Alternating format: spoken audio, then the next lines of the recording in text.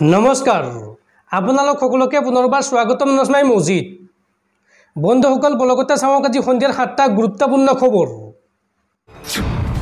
প্ৰথমটো খবৰ পিএম কিষাণ সন্মান নিধিৰ ধনক লৈ ডাঙৰ খবৰ এই সন্দৰ্ভত জৰুৰী নিৰ্দেশনা জাৰি কৰিছে চৰকাৰে এইবাৰ বহু কৃষকে লাভ নকৰিব পিএম কিষাণৰ ধন কোনসকল কৃষকে লাভ নকৰিব পিএম কিষাণৰ ধন চাওয়া হওক পিএম কিষাণৰ ধনক লৈ ডাঙৰ খবৰ পিএম কিষাণ সন্মান নিধিক লৈ এইবাৰ জৰুৰী নিৰ্দেশনা জাৰি কৰিছে কেন্দ্ৰীয় চৰকাৰে এইবাৰ বহু কৃষকে নাপাব পিএম কিষাণৰ ধন পিএম কিষাণৰ ধন পাবলৈ আপুনি কৰিব লাগিব কেইবাটাও কাম এইবাৰ ধন লাভৰ পৰা বঞ্চিত হ'ব 7 প্ৰকাৰৰ কৃষক কোন কৃষকে এইবাৰ লাভ নকৰিব পিএম কিষাণৰ ধন চাওয়া হওক এটা পৰিয়ালৰ এজন ব্যক্তিয়েহে পাব এই আঁচনিৰ সুবিধা আৰু পিএম কিষাণৰ ধন পাবলৈ হলে নিজৰ থাকিব লাগিব খেতি মাটি যদি কোনোবা পৰিয়ালৰ দুজন ব্যক্তিয়ে পাই আছে তেন্তে এজন ব্যক্তিৰ নাম কটা যাব আৰু লগতে পিএম কিষাণৰ ধন পাবলৈ হলে নিজৰ খেতিৰ মাটি থাকিব লাগিব আনৰ মাটি খেতি কৰা লোকে নাপাব এই আঁচনিৰ সুবিধা আৰু পিএম কিষাণৰ ধন পাবলৈ হলে KYC কৰাটো বাধ্যতামূলক KYC আৰু ভূমি পৰীক্ষণ নকৰা সকলে নাপাব পিএম কিষাণৰ ধন লগতে চৰকাৰী চাকৰিয়ালৰ পৰিয়ালৰ লোকে নাপাব পিএম কিষাণৰ ধন হেহতিয়াকৈ এই নিৰ্দেশনা জাৰি কৰিছে দেশৰ কেন্দ্ৰীয় চৰকাৰে পৰৱৰ্তী খবৰ সাৱধান পুনৰ ভয়ংকৰ গতিত আহি আছে সাগৰীয় ঘূৰ্ণীবতাহ ৰেমাল দেশত আৰম্ভ হৈছে ঘূৰ্ণীবতাহ ৰেমালৰ তাণ্ডৱ আৰু ঘূৰ্ণীবতাহ ৰেমালৰ বাবে অসমৰ কেইবাখনো জিলাত ধুমুহা বৰষুণৰ আগজাননী বতৰ বিজ্ঞান কেন্দ্ৰ ভাৰতৰ বতৰ বিজ্ঞান বিভাগ চমুকৈ IMDয়ে প্ৰকাশ কৰা তথ্য অনুসৰি দেওবাৰে নিশা পশ্চিমবংগ আৰু বাংলাদেশৰ উপকূলৰ মাজত স্থলপথত প্ৰৱেশ কৰা ঘূৰ্ণীবতাহ ৰেমাল সোমবাৰে ক্ৰমান্বয়ে দুৰ্বল হৈ ঘূৰ্ণীবতাহ সৃষ্টি হ'ব ধুমুহালৈ কিন্তু পশ্চিমবংগত গছ-গছনি উফালি ঘৰ-দুৱাৰ ভাঙি বাটত থকা বিদ্যুতৰ খুঁটা উফালি পেলাই ধ্বংসৰ ৰেখ এৰি থৈ গৈছে বাতৰি অনুসৰি ঘূৰ্ণীবতাহৰ ফলত কলকাতাত ঘৰৰ পিৰালি ভাঙি এজন লোকৰ মৃত্যু হৈছে সুন্দৰবনৰ গোচাবা অঞ্চলত ধ্বংসাফেকৰ খুন্দাত এজন লোক আহত হোৱাৰ বিপৰীতে কলকাতাৰ বিবিৰ বাগান এলেকাত দেৱাল ভাঙি আন এজন ব্যক্তি আহত হোৱা বুলি জানিব পৰা গৈছে বিভাগীয় কৰ্তৃপক্ষই পশ্চিমবংগৰ দুৰ্যোগপূৰ্ণ অঞ্চলৰ পৰা 1 লাখৰো অধিক লোকক উলিয়াই আনিছে দেওবাৰে নিশা প্ৰায় 8:30 ৰাজ্যখনৰ সাগৰদ্বীপ আৰু বাংলাদেশৰ খেপুপাৰাৰ মাজত ঘূৰ্ণীবতাহৰ গতিবেগ প্ৰতি ঘণ্টাত 135 কিলোমিটাৰ পৰ্যন্ত হয় IMDৰ শেহতীয়া বুলেটিন অনুসৰি ঘূৰ্ণীবতাহ ৰেমাল অহা 3 ঘণ্টাৰ ভিতৰত উত্তৰ পূব দিশলৈ গতি কৰি ক্ৰমান্বয়ে ঘূৰ্ণীবতাহ সৃষ্ট ধুমুহালৈ দুৰ্বল হোৱাৰ সম্ভাৱনা আছে ইয়াৰ পিছত উত্তৰ পূব দিশলৈ আগবাঢ়িব আৰু ক্ৰমান্বয়ে আৰু দুৰ্বল হ'ব বুলিও টুইটযোগে প্ৰকাশ কৰা হৈছে অসমৰ 7খন জিলাত প্ৰবল বৰষুণৰ বাবে ৰেড এলাৰ্ট জাৰি কৰা হৈছে আৰু 11খন জিলাত অৰেঞ্জ এলাৰ্ট জাৰি কৰা হৈছে কিয়নো সোমবাৰে ৰেমাল ঘূৰ্ণীবতাহ উত্তৰ পূব দিশলৈ গতি কৰাৰ লগতে ক্ৰমান্বয়ে ঘূৰ্ণীবতাহৰ সৃষ্ট ধুমুহালৈ পৰিণত হোৱাৰ সম্ভাৱনা আছে সোমবাৰ আৰু মঙলবাৰে অসমৰ লগতে উত্তৰ পূৰ্বাঞ্চলৰ অন্যান্য ৰাজ্যৰ ওপৰত ব্যাপক বৰষুণৰ সতৰ্কবাণী প্ৰদান কৰা হৈছে আনহাতে আজি দক্ষিণ অসম আৰু মেঘালয়ৰ ওপৰেৰে প্ৰতি ঘণ্টাত 40 পৰা 50 কিলোমিটাৰৰ পৰা 60 কিলোমিটাৰ বেগত ধুমুহা বতাহৰ সম্ভাৱনা আছে সোমবাৰে পুৱা ভাৰতীয় উপকূলৰক্ষী বাহিনীয়ে কয় যে তেওঁলোকে ঘূৰ্ণীবতাহ ৰেমালৰ স্থলভাগৰ ওপৰত প্ৰভাৱৰ পিছৰ প্ৰত্যাহ্বানৰ প্ৰতি সঁহাৰি জনাবলৈ দুৰ্যোগ সঁহাৰি দল জাহাজ হভাৰক্ৰাফ্ট হেণ্ডবাইৰ সৈতে নিবিড়ভাৱে নিৰীক্ষণ কৰি আছে পৰৱৰ্তী খবৰ মুখ্যমন্ত্ৰী হিমন্ত বিশ্ব শৰ্মাক পুনৰ আক্ৰমণ সৌদ অসম সংখ্যালঘু ছাত্ৰ সন্থা চমুকৈ আমছু এই সন্দৰ্ভত আমছুৱে মন্তব্য কৰি কয় যে মুখ্যমন্ত্ৰী হিমন্ত বিশ্ব শৰ্মাৰ সমানেই অসমত থকাৰ অধিকাৰ আছে অসমৰ মুছলমানসকলক ধৰ্মীয় শিক্ষাৰ পৰা বঞ্চিত কৰিব নোৱাৰে মুখ্যমন্ত্ৰীয়ে আৰু অসমৰ মুছলমানক বাংলাদেশী আখ্যা দিয়াৰ পৰা আঁতৰি থাকক মুখ্যমন্ত্ৰীগৰাকী এই হুংকাৰ আমছুৰ 50 বাৰ অসমৰ মুখ্যমন্ত্ৰী হলেও মাদ্ৰাছাৰ শিক্ষা বন্ধ কৰিব নোৱাৰে হিমন্ত বিশ্ব শৰ্মাই মুছলমানসকলক ধৰ্মীয় শিক্ষাৰ পৰা বঞ্চিত কৰিব নোৱাৰে মুখ্যমন্ত্ৰীয়ে। অসমত হিমন্ত বিশ্ব শৰ্মাৰ সমানে অধিকাৰ আছে আলী আহমেদসকলৰ। মুছলমানসকলে কথা ক'লেই বুলডজাৰেৰে ভাঙি দিয়া হয় ঘৰ। হিমন্ত বিশ্ব শৰ্মাক কলমেৰে এই উত্তৰ দিব অসমৰ মুছলমানে। শৈক্ষিক দিশেৰে আগুৱাই যাব অসমৰ মুছলমানসকল। যদি সাহস আছে তেন্তে বাংলাদেশী চিনাক্ত কৰি বাংলাদেশলৈ পঠিয়াই দিয়ক মুখ্যমন্ত্ৰীয়ে।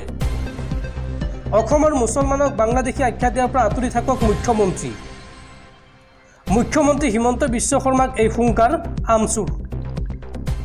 বন্ধুসকল, তাৰপিছত 4 নম্বৰ খবৰটো জনোৱাৰ আগতে আপোনালৈ এটা সৰু ৰিকুৱেষ্ট, যদি তেওঁলোকে এইটো ভিডিঅ'ত লাইক কৰা নাই তেন্তে প্লিজ এটা লাইক কৰি দিয়ক আৰু এনেকুৱা ধৰণৰ নতুন নতুন ভিডিঅ' পাবলৈ চেনেলটো ছাবস্ক্ৰাইব কৰি কাষত থকা বেল আইকনটো প্ৰেছ কৰি ৰাখক।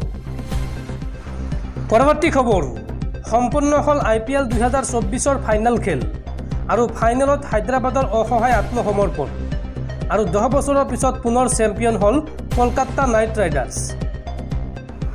কলকাতা নাইট ৰাইডাৰ্ছে 14খন মেচত 9খনত জয় আৰু 20 পইণ্ট লাভ কৰি লীগ টেবুলৰ 1 নম্বৰৰ পৰা প্লে অফত প্ৰৱেশ কৰিছিল। আনহাতে ছানৰাইজাৰ্ছ হায়দৰাবাদে 14খন মেচত 8খনত জয়েৰে 17 পইণ্ট লাভ কৰি দ্বিতীয় স্থানৰ পৰা প্লে অফত প্ৰৱেশ কৰিছিল। পিছত IPL 2024ৰ প্ৰথমখন কোৱালিফায়াৰত ছানৰাইজাৰ্ছ হায়দৰাবাদক পৰাস্ত কৰি ফাইনেলৰ পোনপটীয়া টিকট লাভ কৰিছিল কলকাতাই। প্ৰথম কোৱালিফায়াৰত পৰাস্ত হোৱাৰ পিছতো ৰাজস্থান ৰয়েলছৰ বিৰুদ্ধে দ্বিতীয়খন কোৱালিফায়াৰত জয়লাভ কৰি ছানৰাইজাৰ্ছে খিতাপ যুঁজৰ টিকট নিশ্চিত কৰিছিল। এইবাৰ চিপকট প্ৰতিযোগিতাৰ ফাইনেলত পুনৰ মুখামুখি হয় কলকাতা আৰু হায়দৰাবাদ। শেষত হাই ভল্টেজ খেলখনত কলকাতাই হায়দৰাবাদক পৰাস্ত কৰি তৃতীয়টো IPLৰ খিতাপ দখল কৰে। 3 অভাৰত মাত্ৰ 14 ৰান দি 2টা উইকেট দখল কৰা মিচেল ষ্টাৰ্কে মেন অৱ দ্য মেচৰ বঁটা লাভ কৰে। তেওঁ 2টা কেচো ধৰিছিল। ছানৰাইজাৰ্ছ হায়দৰাবাদৰ 113 ৰানৰ প্ৰত্যুত্তৰত KKRে 10.3 অভাৰতে 2টা উইকেটৰ বিনিময়ত 114 ৰান সংগ্ৰহ কৰি মেচখনত জয়লাভ কৰে আৰু 57টা বল বাকী থকা অৱস্থাত কলকাতা নাইট ৰাইডাৰ্ছে 8 উইকেটত জয়লাভ কৰে। পৰৱৰ্তী খবৰ, সাৱধান বিশ্ববাসী। কৰোনা ভাইৰাছৰ পিছত এইবাৰ চীনে সৃষ্টি কৰিছে আন এক মাৰাত্মক কৃত্ৰিম ভাইৰাছ আৰু এই ভাইৰাছত আক্ৰান্ত হ'লে মাত্ৰ 3 দিনতে মৃত্যু হ'ব আক্ৰান্ত ৰোগীগৰাকীৰ আৰু শেহতীয়াকৈ প্ৰকাশ পাইছে এই ভয়ংকৰ তথ্য। কৰোনা ভাইৰাছ চীনে সৃষ্টি কৰি বিয়পাই দিছিল নেকি, নে গৱেষণা কৰি থাকোঁতে ভুলবশতঃ বিয়পি পৰিল, নে চীনৰ বিজ্ঞানীসকলে জৈৱিক অস্ত্ৰ সৃষ্টিৰ চেষ্টা কৰিছিল?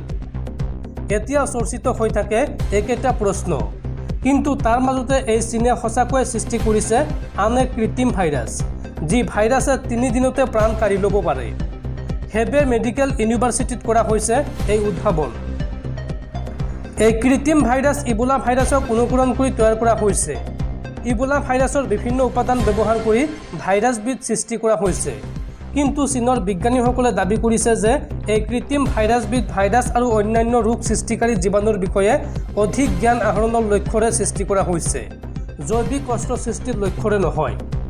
এই গৱেষণা ইতিমধ্যে বিতৰ্কৰ সৃষ্টি কৰিছে, কিয়নো এনে গৱেষণাৰ ফলত বিশ্বব্যাপী মহামাৰীৰ সৃষ্টি হ'ব পাৰে। ইবোলা ভাইৰাছৰ ওপৰত গৱেষণাৰ বাবে অতি সুৰক্ষিত পৰীক্ষাগাৰৰ প্ৰয়োজন। বায়'ছেফটি লেভেল 4 অবিহনে এই ভাইৰাছৰ ওপৰত গৱেষণা কৰিব নোৱাৰি, কিন্তু বিশ্বৰ বেছিভাগ পৰীক্ষাগাৰতে জৈৱ সুৰক্ষা স্তৰ 2হে আছে। পৰৱৰ্তী খবৰ, ভয়ংকৰ গতিত আহি আছে সাগৰীয় ঘূৰ্ণীবতাহ ৰেমাল আৰু সাগৰীয় ঘূৰ্ণীবতাহ ৰেমালক লৈ তৎপৰ হৈ পৰিছে ৰাজ্য চৰকাৰ। এই সন্দৰ্ভত মুখ্যমন্ত্ৰী হিমন্ত বিশ্ব শৰ্মাৰ ডাঙৰ ঘোষণা। ঘূৰ্ণীবতাহ ৰেমালক লৈ ৰাজ্যবাসীক সতৰ্ক হ'বলৈ আহ্বান জনাইছে মুখ্যমন্ত্ৰীগৰাকীয়ে আৰু লগতে মুখ্যমন্ত্ৰীগৰাকীয়ে জনাইছে ৰাজ্যত সাজু হৈ আছে SDRF আৰু NDRF বাহিনী। এই সন্দৰ্ভত 3টাকৈ হেল্পলাইন নম্বৰ মুকলি কৰিছে অসম চৰকাৰে। নম্বৰকেইটা হৈছে ক্ৰমে 112 আৰু এটা নম্বৰ হৈছে 1070 আৰু এটা নম্বৰ হৈছে 1077। এতিয়াই লিখি ৰাখক এই নম্বৰকেইটা, যিকোনো জৰুৰী অৱস্থাত আপুনি ফোন কৰি চৰকাৰৰ পৰা সহায় ল'ব পাৰিব।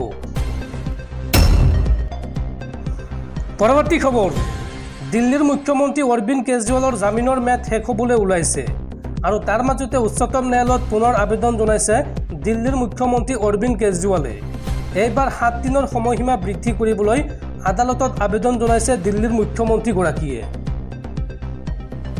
অন্তৱৰ্তীকালীন জামিনৰ সময়সীমা বৃদ্ধিৰ আবেদন দিল্লীৰ মুখ্যমন্ত্ৰী অৰবিন্দ কেজৰিৱালৰ। 7 দিনৰ সময়সীমা বৃদ্ধি কৰিবলৈ আবেদন জনাইছে দিল্লীৰ মুখ্যমন্ত্ৰীগৰাকীয়ে। চিকিৎসাজনিত কাৰণত জামিন বৃদ্ধি কৰিবলৈ আবেদন। PET আৰু চিটি স্কেন কৰিবলগীয়া আছে অৰবিন্দ কেজৰিৱালৰ। একাধিক অন্য পৰীক্ষাও কৰিবলগীয়া আছে, যাৰ বাবে 7 দিনৰ সময়সীমা বিচাৰিছে অৰবিন্দ কেজৰিৱালে। আজি সংবাদ মাধ্যমক এই কথা জনালে আম আদমি পাৰ্টিয়ে। পৰৱৰ্তী খবৰ, সাগৰীয় ঘূৰ্ণীবতাহ ৰেমালৰ ভয়ংকৰ তাণ্ডৱ লীলা। আৰু ৰেমালৰ বাবেই এইবাৰ গুৱাহাটীৰ পৰা কলকাতা অভিমুখী 14খন বিমানৰ যাতায়াত বাতিল কৰা হৈছে। ঘূৰ্ণীবতাহ ৰেমালৰ বাবেই গুৱাহাটীৰ পৰা কলকাতা অভিমুখী 14খন বিমান বাতিল। পশ্চিমবংগ আৰু বাংলাদেশৰ উপকূলত ৰেমালৰ ভয়াৱহ প্ৰভাৱৰ বাবে এই সিদ্ধান্ত গ্ৰহণ কৰা হৈছে। ইণ্ডিগোৰ 4খন, এলিয়েন্স এয়াৰৰ 4খন, এয়াৰ ইণ্ডিয়াৰ 1খন আৰু স্পাইজেটৰ 1খন বিমানৰ চলাচল বাতিল কৰা হৈছে। লোকপ্ৰিয় গোপীনাথ বৰদলৈ আন্তঃৰাষ্ট্ৰীয় বিমানবন্দৰৰ পৰা কলকাতালৈ যাত্ৰা কৰাৰ কথা আছিল এই বিমানকেইখনৰ। পৰৱৰ্তী খবৰ, ৰাজ্যত পুনৰ অসম আৰক্ষীৰ এনকাউণ্টাৰ। আৰক্ষীয়ে গুলীয়াই হত্যা কৰিলে এটা দুৰ্ধৰ্ষ ডকাইতক। এইবাৰ হাইলাকান্দিৰ কালিবাৰী ৰোডত এনকাউণ্টাৰ কাছাৰ আৰক্ষীৰ। এটা ডকাইতৰ দলক খেদি খেদি এনকাউণ্টাৰ কাছাৰ আৰক্ষীৰ। আৰু আৰক্ষীৰ এনকাউণ্টাৰত মৃত্যু হৈছে আফজল হুছেইন বৰভিয়া নামৰ এটা ডকাইতৰ। পৰৱৰ্তী খবৰ, সাগৰীয় ঘূৰ্ণীবতাহ ৰেমালে ধ্বংসলীলা চলাইছে ভাৰতৰ লগতে চুবুৰীয়া ৰাষ্ট্ৰ বাংলাদেশতো। আৰু বাংলাদেশত ৰেমালৰ তাণ্ডৱত এতিয়ালৈকে মৃত্যু হৈছে 5জনকৈ লোকৰ। বাংলাদেশৰ উপকূলৱৰ্তী এলেকা অতিক্ৰম কৰিছে বংগোপসাগৰত সৃষ্টি হোৱা ঘূৰ্ণীবতাহ ৰিমালে। দেশখনৰ বতৰ বিজ্ঞান কেন্দ্ৰই সদৰি কৰা তথ্য অনুসৰি প্ৰায় 6ৰ পৰা 7 ঘণ্টা ধৰি ৰিমালে আতংকৰ সৃষ্টি কৰিব বাংলাদেশত। আৰু তাৰ পাছতে ক্ৰমান্বয়ে হ্ৰাস পাব এই ঘূৰ্ণী বতাহৰ প্ৰকোপ। দেওবাৰে নিশা প্ৰায় 8 বজাত বাংলাদেশত প্ৰৱেশ কৰে ঘূৰ্ণী বতাহ ৰিমালে।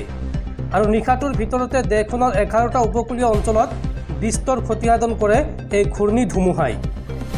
ৰবিখাল, পটুৱাখালী, সাতখিৰা, ভোলা, চট্টগ্ৰামৰ দৰে উপকূলীয় জিলাত এই ধুমুহাৰ বাবে 5জনকৈ লোকৰ মৃত্যু হৈছে। আৰু হতাহতৰ সংখ্যা এতিয়ালৈকে জানিব পৰা হোৱা নাই। ইফালে দেশখনত এটি শিশুসহ আন 2জন লোক এতিয়াও সন্ধানহীন হৈ আছে।